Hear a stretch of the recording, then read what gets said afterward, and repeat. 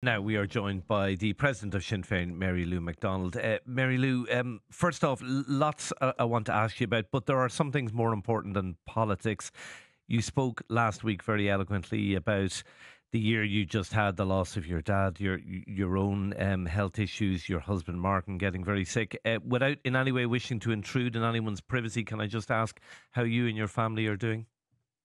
Well, good morning, Shane. Morning. We're great, and thank you for asking. Yes, as you've said, and as I've spoken about, we had just a really, really tough year. I mean, our lives were turned upside down, but I suppose, as all of your listeners will know, when bereavement hits or when cancer comes into the family, they're game changers.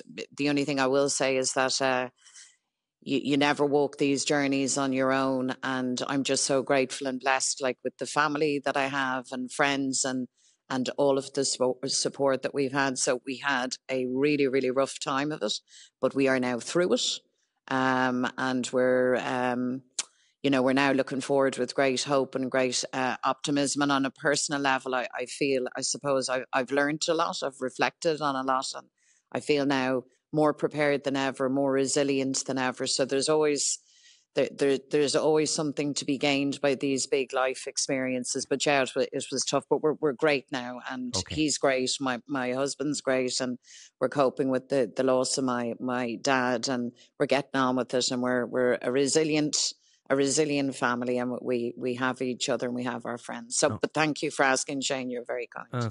It's good to hear. Okay, let's talk politics. Can I ask you Let's do that. what's gone wrong with Sinn Féin over the last year? You've collapsed in the polls. You had a really poor local elections, not a great European elections. What's gone wrong? Well, look, in the summertime at those elections that you've referenced, we got a very clear message from people.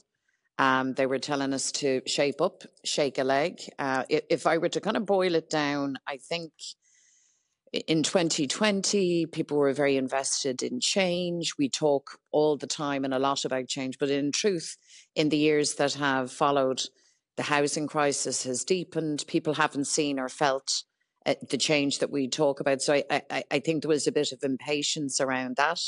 I think there was maybe a thought process, this old canard that sure they're all the same.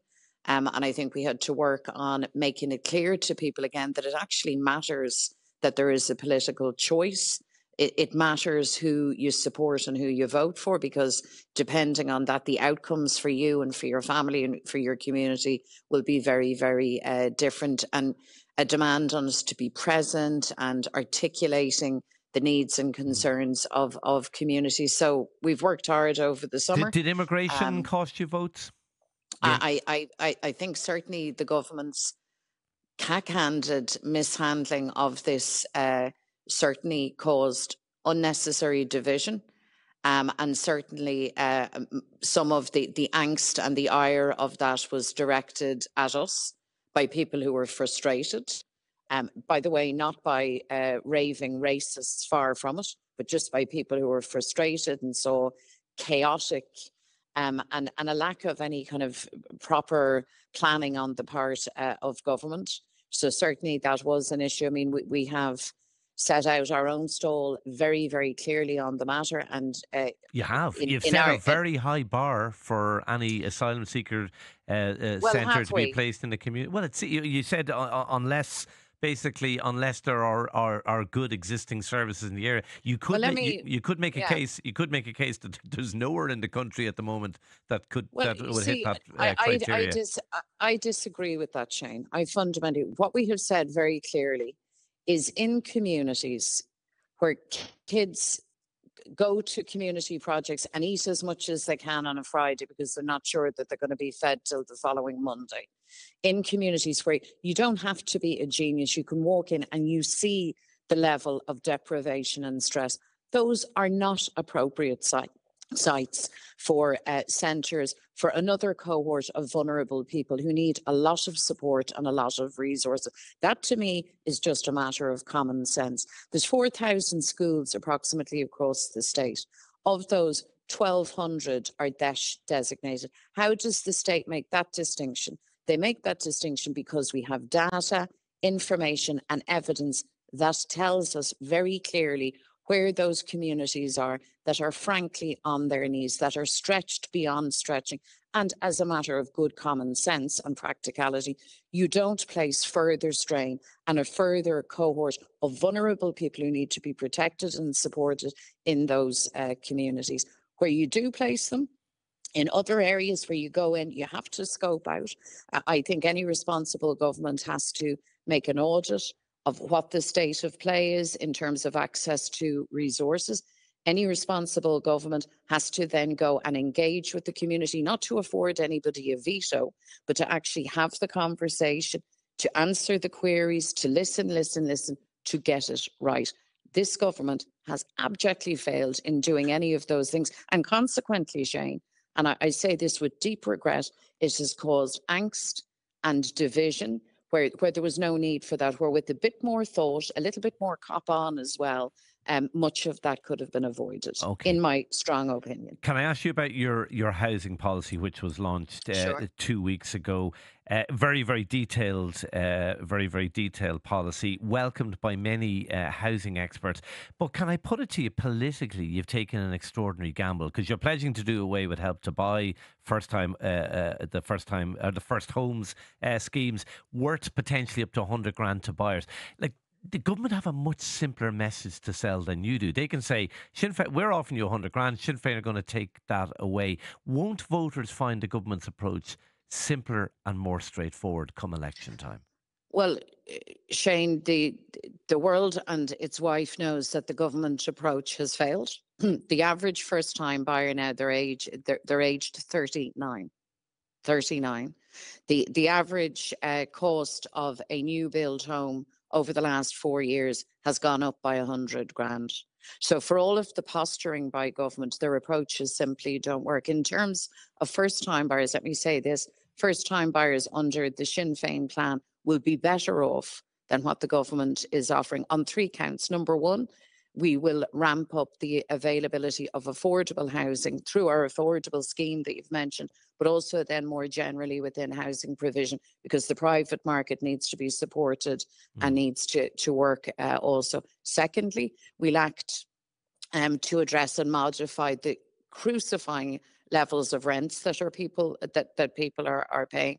Thirdly, we will offer a stamp duty exemption for every new first-time purchaser who purchases a home up to €450,000. And then on the scheme, the Help to Buy, that is not the answer to our problem. All of the evidence tells us that. We recognise, however, that many people who are now planning and attempting to buy a home now have baked in that allowance. So what we're proposing punters to do like it. That's my point to you. Well, we're proposing to phase it out.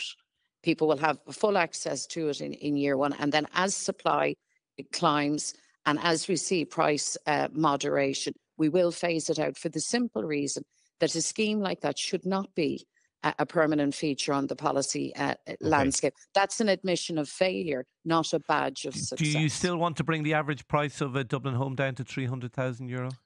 The €300,000 benchmark, and it's actually from €250,000 up, is and always was about the affordable housing scheme. Obviously, the average price is not going to be at 300,000. You're not getting a pile in Dublin for 300 grand. Nobody ever expected that. The scheme that we have devised is very specifically tailored for those people who earn too much to get a council house, if there was proper council supply, but who earn too little to actually go out and buy a home on the open market. And they are in their tens of thousands, hundreds of thousands. And we've devised a very innovative scheme to address just that. And I think it'll be groundbreaking, actually. A couple of minutes left, Ms. or Mary Lou, I should say. I just want to ask you a couple of quick things before you go. You also launched your policy on childcare, promising €10 a day childcare. Yeah. We were talking to the Minister for Children, Roderick O'Gorman, a little earlier on the show. He was critical of the plan. He said you're relying on the status quo, the majority use of private providers. He said there isn't enough enough capacity in additional places. He said there's no point in having €10 a day childcare if your child can't get a place. We need public childcare places. Well, obviously, the minister should have taken the time to actually read the proposal from Sinn Féin. This is the only concrete proposal, not a soundbite or a manana approach, which seems to be the approach of government. Laughably, in the case of Fine Gael, after 13 or 14 years in government, they've suddenly gotten a brainwave around public provision on the run into an election. We've always said that public provision is the way to go. That means the state stepping up. And the first concrete action now, not somewhere down the line, but now that needs to happen, is state intervention to bring down the cost of childcare to parents. That can be delivered, as we have said, at €10 a day per child. Secondly, in terms of capacity, the issue of wages for early childhood workers, people in the child care sector, has to be addressed. We have made provision for that. The government has not.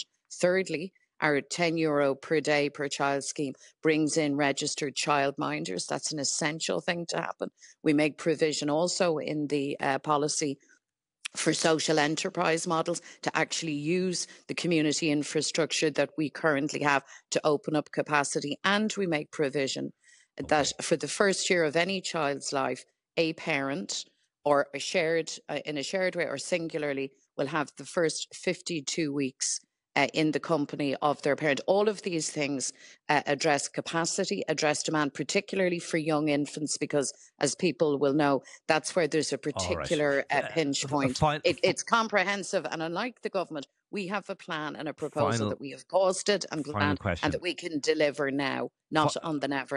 A final question, Mary Lou McDonald. Would Jarlath Burns, the president of the GAA, be a good presidential candidate for Sinn Féin next year?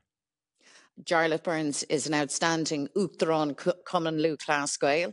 I think he's just an incredible person and personality. I mean, that's a matter for himself, but I find it hard to imagine. I find it hard to imagine a leadership role that Jarlath couldn't fulfil. And I know him a very long time, and he's doing a great job. And sure, who knows? Is that an answer? Is that a sufficient answer? Who knows? It's a sufficient answer for now. Mary Lou McDonald, Sinn Féin President, thank you indeed for talking to Newstalk Breakfast this morning.